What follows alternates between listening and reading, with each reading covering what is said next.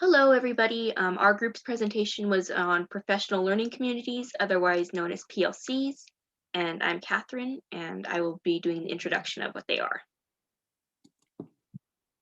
So, what is a PLC? Well, it is a popular term that's been used for a bunch of different educational related groups. So, everything from grade level teaching groups to departments at junior or high schools to entire school sites or districts or even national organizations dedicated to education. And this has caused distress for some people who are worried that such a loose definition may endanger the future use of PLCs as a mode of improving schools. So apparently there's a pattern in education where something becomes in vogue and it's used a lot, but it leads to a misunderstanding of what exactly the thing is, which then leads to confusion, problems implementing, less than stellar results, and then an ultimate abandonment of the process. So a PLC is not just a group of educational professionals who happen to care about the same students, whether it be a grade level or a school or even a whole state or nation of students, even if they are communicating with each other. What a PLC is a group of educational professionals who actively plan and work and debrief together to ensure that their students are learning. And the ultimate goal of PLCs is to improve the quality of education. It does this because it keeps all of the teachers on the same page. So anyone involved in that school site or classrooms, they are all understanding what is going on, exactly what's going to be happening. And it allows them to share knowledge of what works best, what has been tried, what hasn't, who needs extra help, all of that. And it puts the focus on the students actually learning instead of merely on the teachers teaching and then going, well, we tried our best. And in the end, the goal is to help all students succeed. So there are three big ideas that represent the core principles of PLCs. And for a while, it has been the assumption that the core mission of formal education is not simply to ensure that students are being taught, but is to ensure that they learn. And there has been a shift, and the shift is a focus on learning as opposed to a focus on teaching. Um, so in order for this to be effective, in order to ensure that students learn, school staff should be united in how they implement techniques at a high level. So they need to go out, find techniques that have worked at other schools, and make sure that they're united in how they implement those techniques. So there are three crucial questions that must be asked by every professional in the building to drive the work of the PLC. One, what do we want students to learn? Two, how will we know when each student has learned it? And three, how will we respond when a student experiences difficulty in learning? And it is very important that school staff have a good response when they find that students are struggling. And a good response is timely. So if students are struggling, they are identified quickly, and that the intervention is based on intervention rather than remediation, meaning that students are met with intervention as soon as possible rather than put into remediation courses or put into summer school way down the line to help them with their struggles then. And lastly, it's directive. So students will have systematic plans that requires them to receive service rather than being invited to receive the assistance that they need. Any school that can implement this and promote this style of learning would surely guarantee their students would receive the necessary additional support for success. True collaboration is much more than just building camaraderie or dividing school responsibilities between individuals. Many schools find this difficult and give up long before they even start. A powerful collaboration consists of an ongoing cycle of questions, assessments that promote a learning process for educators and lead to higher student achievements. To understand what this looks like in the real world, we're going to look at Boone's Elementary School in Franklin County, Virginia. Collaboration begins with the third grade team. When designing a language arts unit, they meet together to to discuss state and national standards. They also review current curriculum and student achievement data to narrow down really the essential knowledge and skills that their students need to learn. Next, they reach out to the fourth grade team and consult with them to discuss the skills that they would hope that their students come to fourth grade with. This helps the third grade team develop a list of critical outcomes they hope to achieve. Third, the third grade team works together to develop assessments to keep track of the student's progress. They set guidelines for each skill or concept and a standard that needs to be met in order to be found proficient. And they determine when these assessments will take place and how often. And lastly, after the exams are finished, the team meets together again and identifies the strengths and weaknesses of their students. They discuss how they can build on strengths and how they can address weaknesses. Doing this allows the team to recognize what is and is not working and how they can raise student achievement. In order for this to work at any given school site, there's a number of things that must stop happening.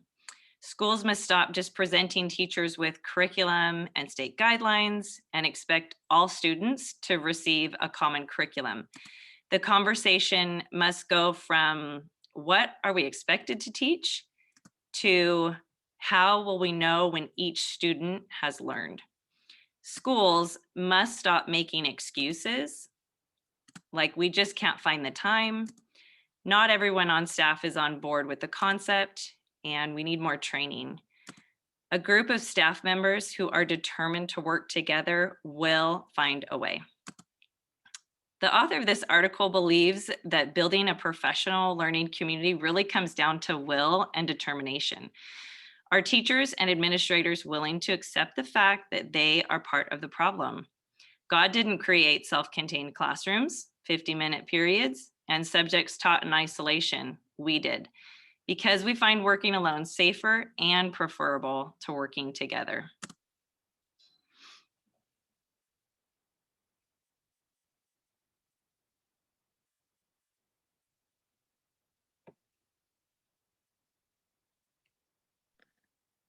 Josh, you're muted.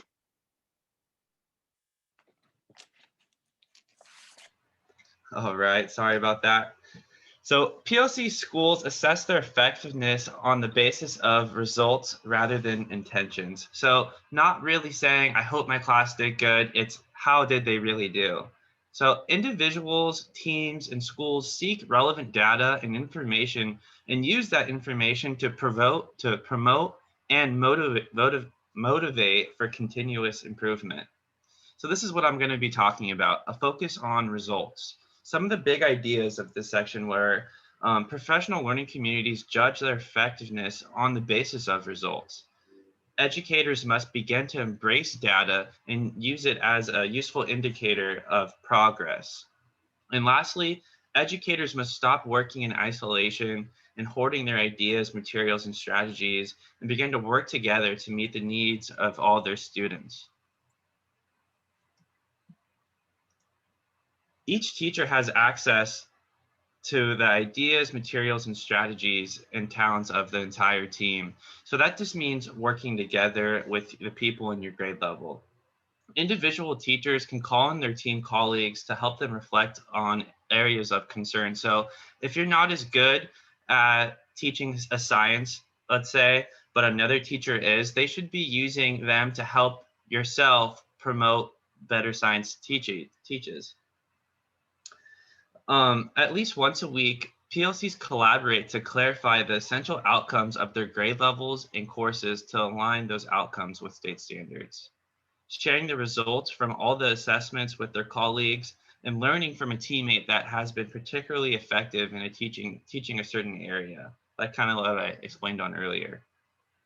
Team members look for successful practices and attempt to replicate it in their own. So kind of like what our teacher, Mrs. Yusuf, said, it's not necessarily copying, but it's using someone else's strategy and putting your own spin on it to help your own class. The last section focuses on hard work and commitment.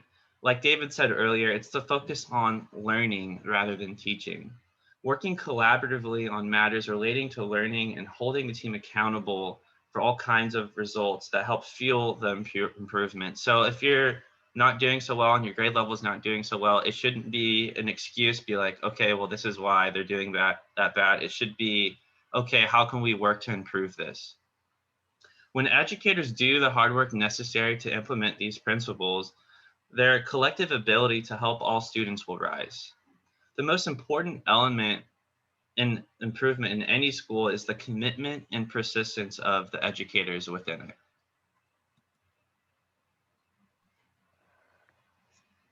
Rick Dufour on the importance of PLCs, he said, there has never been a greater consensus about what it is going to require of educators in order to improve student learning in all of their schools.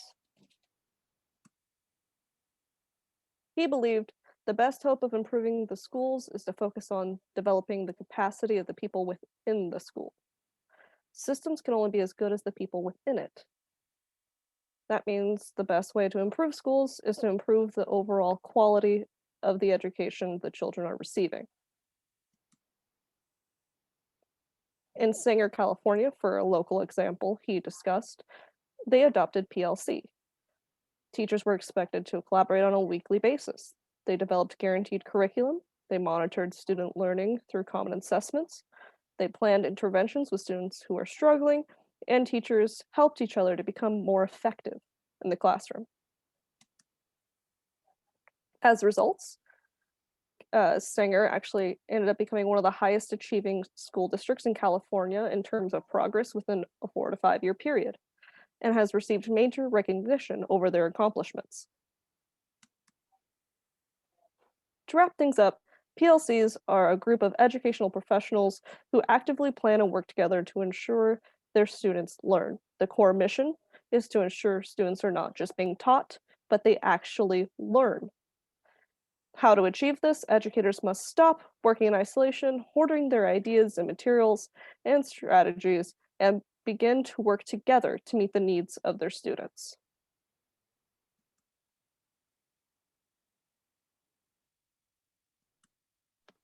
Thank you.